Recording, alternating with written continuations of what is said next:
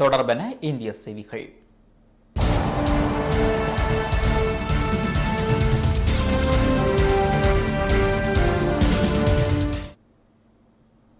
சொத்து குவிப்பு வழக்கில் தமிழக முதலமைச்சர் ஜெயலலிதா வரும் 22ஆம் தேதி அன்று பெங்களூரு நீதிமன்றத்தில் மீண்டும் முன்னிலையாகின்றார்.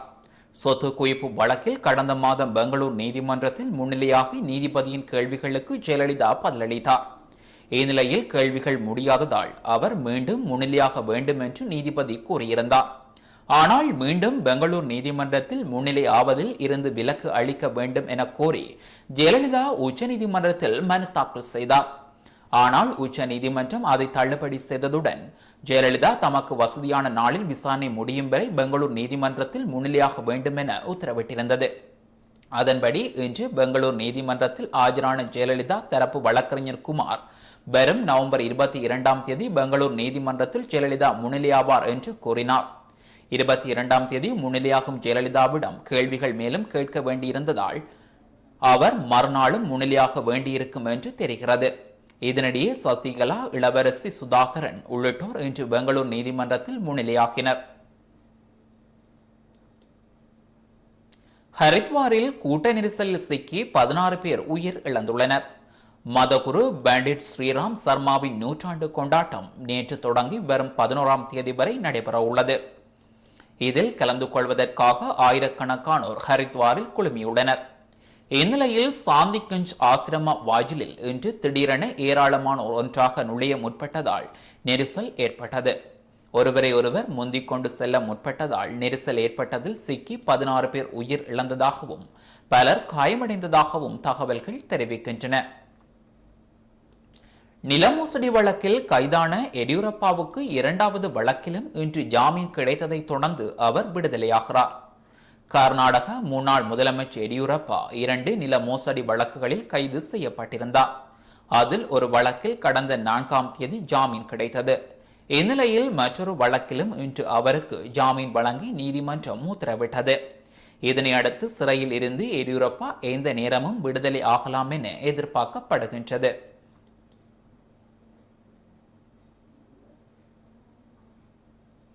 2G ஸ்பெக்ட்ரம் அலைவரிசை ஒதுக்கீடு தொடர்பாக உள்துறை அமைச்சர் ப. சிதம்பரத்துக்கு எதிராக ஜனதா கட்சி தலைவர் சுப்பிரமணிய சுவாமி தாக்கல் செய்த மனுவை சிபிஐ சிறப்பு நீதிமன்றம் டிசம்பர் 3ஆம் தேதிக்கு ஒத்திவைத்துள்ளது. தொலைத்தொடர்பு நிறுவனங்களின் பங்குகளை விற்பது தொடர்பாக முன்னாள் மத்திய அமைச்சர் ஆர். ராசாவுக்கும் சிதம்பரத்துக்கும் இடையே நடைபெற்ற கூட்டங்கள் தொடர்பான அனைத்து விவகாரங்களையும் சுவாமியிடம் சிபிஐ அளிக்க வேண்டும் என நீதிமன்றம் கேட்டுக்கொண்டது. அலைவரிசை ஒதுக்கீடு நடைபெற்ற ஐக்கிய முற்போக்கு கூட்டணி அரசின் முதல் 5 ஆண்டு காலத்தில் நிதியமைச்சராக இருந்த ப. சிதம்பரத்துக்கும் பங்குண்டு என சுவாமி குற்றம் சாட்டி வருகிறார். ராசாவும் சிதம்பரமும் இணைந்துதான் அனைத்து முடிவுகளையும் எடுத்தனர் என சுவாமி குற்றம் சாட்டுகிறார். எனவே ராசா குற்றவாளி எனில் சிதம்பரமும் குற்றவாளிதான் என அவர் தெரிவித்துள்ளார். தொடர்பென வெளிநாட்டு செய்திகள்.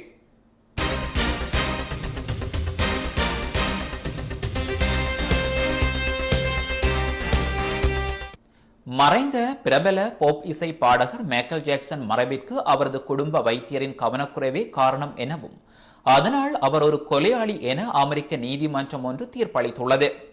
போப் இசை உலகின் அழியா புகழ்பெற்ற பிரபல பாடகர் மைக்கேல் ஜாக்சன் கடந்த 2009ஆம் ஆண்டு ஜூன் மாதம் 25ஆம் தேதி அமெரிக்காவில் உள்ள தனது பண்ணை வீட்டில் காலமானார். அளவுக்கு அதிகமாக வலி நிவாரணி மருந்து உட்கொண்டதாலேயே அவர் மாரடைப்பு ஏற்பட்டு இறந்ததாக கூறப்படுகிறது. இவரது மரணத்தில் பெரும் சர்ச்சை ஏற்பட்டது. ஜாக்சனின் குடும்ப வைத்தியரான ஹன்ட்ராடு முர்ரே என்பவரே அவருக்கு சிகிச்சை அளித்தும் அவரது உடல்நிலையை கவனித்தும் வந்தார். அப்படியிருந்தும் ஜாக்சன் இறந்தார். இது தொடர்பாக கன்ட்ராடு முர்ரே மீது வழக்கு தொடரப்பட்டது. இந்த வழக்கின் விசாரணையில் ஜாக்சன் இறப்பதற்கு முன்பு அவரை பரிசோதித்து சென்றார் முர்ரே.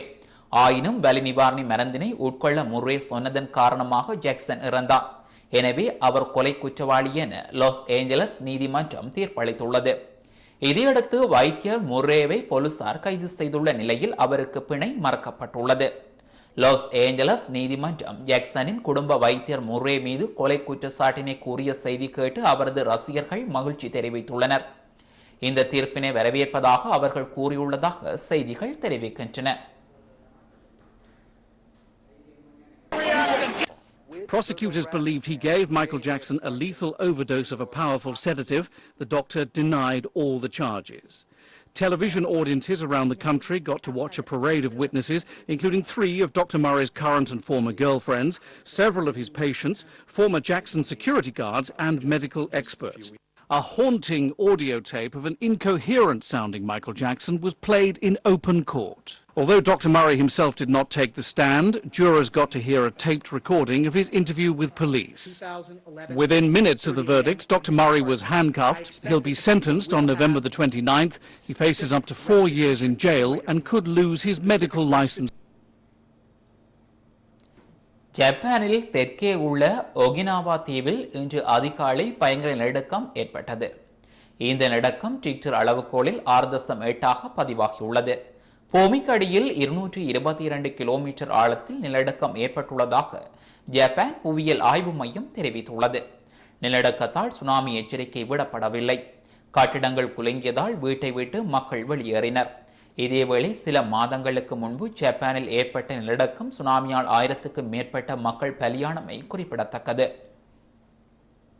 யூரோ மண்டலத்தில் அடுத்ததாக கடன் நெருக்கடியில் சிக்கும் நாடாக இத்தாலி உருவாகியுள்ளதால் அந்நாட்டின் கடன் பத்திரங்களுக்கான மதிப்பு முற்றிலும் குறைந்துவிட்டது. இதனால் இத்தாலியின் கடன் வாங்கும் திறன் குறைந்துள்ளது.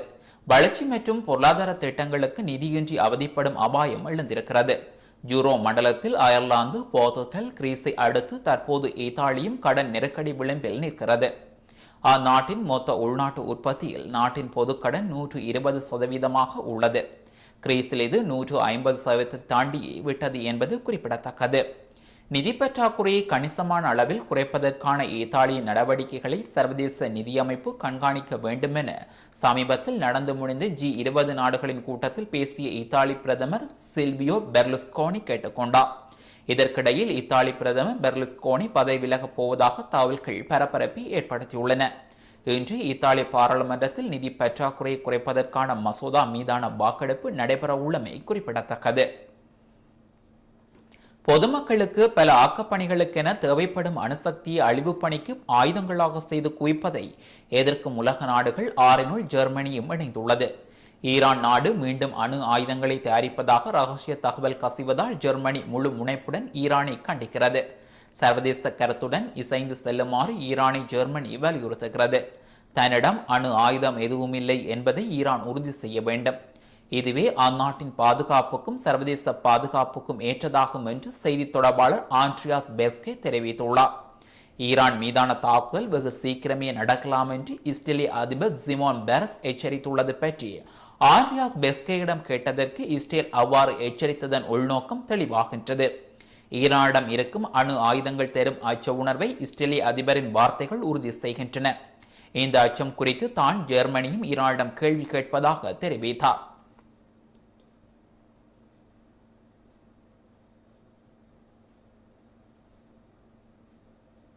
கொல்லப்பட்ட முன்னாள் லிபிய அதிபர் கடாபி யாருக்கும் தெரியாமல் ஒளிந்திருந்த நாட்களில் உணவு கூட இல்லாமல் கஷ்டப்பட்டார் என்று அவரது பாதுகாப்பு படையின் உயர் அதிகாரி ஒருவர் தெரிவித்துள்ளார். இது குறித்து கடாபியின் உயர் பாதுகாப்பு அதிகாரி மசூதாவ் CNN இடம் கருத்து தெரிவிக்கையில், ஜிர்டே நகரில் உள்ள ஒரு வீட்டில் மறைந்திருந்த போது கடாபி உணவுக்கு கூட கஷ்டப்பட்டார். ஏதோ கிடைத்ததை வைத்து வாழ்ந்தார்.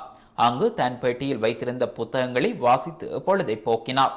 மாட மாளிகையில் சகல வசதியுடன் வாழ்ந்த கடாபி கடைசி காலத்தில் மின்சார வசதி இன்றி ஒரு தொலைக்காட்சி கூட இல்லாமல் இருந்தார்.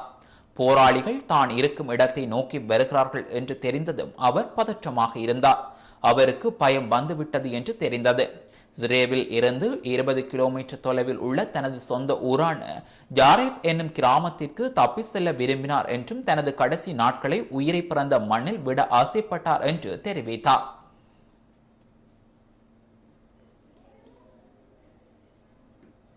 மீண்டும் தலைப்புச் செய்திகள்.